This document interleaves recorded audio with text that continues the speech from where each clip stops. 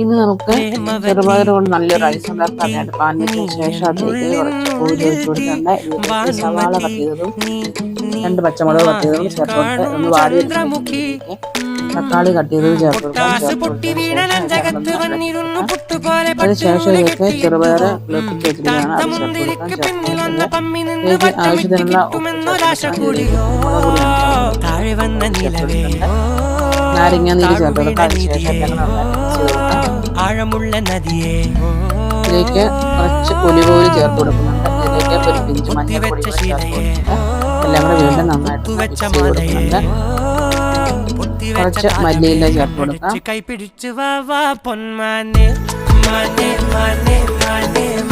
ഇനി നമുക്ക് ഇതിലേക്ക് ഷെസ്വാൻ സോസ് ചേർത്ത് കൊടുക്കാം. അതും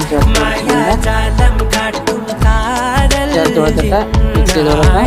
ഇതിലേക്ക് ബിരിയാണി റൈസ് വേവിച്ച് വെച്ചിട്ടുണ്ടായിട്ട് അതൊക്കെ ചേർത്ത് കൊടുത്തിട്ടുണ്ട്. കുറച്ച് മല്ലിയിലയും കൂടി ചേർത്തതിന് ശേഷം നന്നായിട്ട് ഇളക്കി കൊടുക്കാം. ഗ്യാസ് ഓഫ് ചെയ്യാം, പ്ലേറ്റിലേക്ക് മാറ്റാം. അപ്പോൾ നമ്മുടെ ചെറുപയർ റൈസ് ഇവിടെ റെഡി ആയിട്ടുണ്ട്.